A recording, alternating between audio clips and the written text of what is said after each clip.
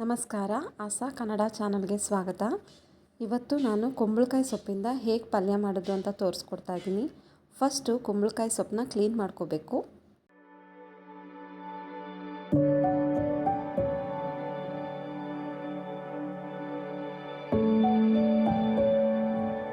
Clean ಮಾಡ್ಕೊಂಡಾದ್ಮೇಲೆ ಅದನ್ನು ಸಣ್ಣ ಸಣ್ಣದಾಗಿ ಕತ್ತರಿಸ್ಕೋಬೇಕು.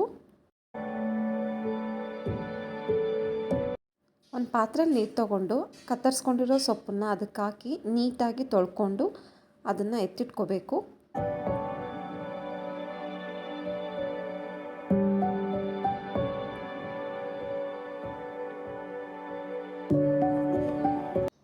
ಈಗ ಒಂದು ಬಾಣಲೆ ತೊಗೊಂಡು ಆ ಬಾಣಲೆ ಕಾದ ನಂತರ ಎಣ್ಣೆ ಹಾಕಬೇಕು.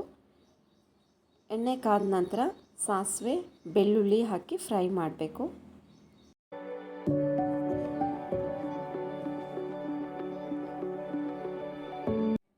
ಈಗ ಈರುಳ್ಳಿ ಹಾಕಿ ಈರುಳ್ಳಿ ಕಂದು ಬಣ್ಣ ಬರೋ ತನಕ ಫ್ರೈ ಮಾಡಬೇಕು.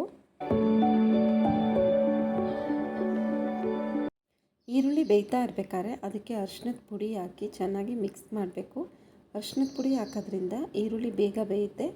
ಆಮೇಲೆ ನಾವು ತೊಳೆದು ಹೆಚ್ಚಿಟ್ಕೊಂಡಿರೋ ಅಂಥ ಕುಂಬಳಕಾಯಿ ಸೊಪ್ಪನ್ನ ಸೇರಿಸ್ಬೇಕು. ಕುಂಬಳಕಾಯಿ ಸೊಪ್ಪು ಸೇರಿಸಾದ್ಮೇಲೆ 5 ನಿಮಿಷ ಮುಚ್ಚಳ ಮುಚ್ಚಿ ಬೇಯಕ್ಕೆ ಬಿಡಬೇಕು.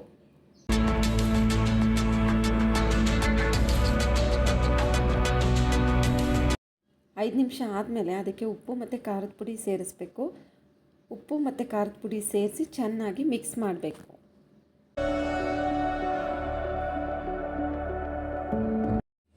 ಉಪ್ಪು ಹಾಕಿರೋದ್ರಿಂದ ಆ ಸೊಪ್ಪು ನೀರು ಬಿಟ್ಕೊಳ್ಳುತ್ತೆ.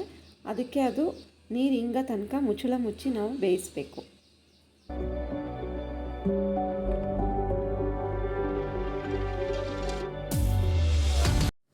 ನೀರೆಲ್ಲ ಇಂಗಿದ ಮೇಲೆ ಅದಕ್ಕೆ ಕಾಯಿ ತುರಿ ಹಾಕಿ ಚೆನ್ನಾಗಿ ಮಿಕ್ಸ್ ಮಾಡಬೇಕು.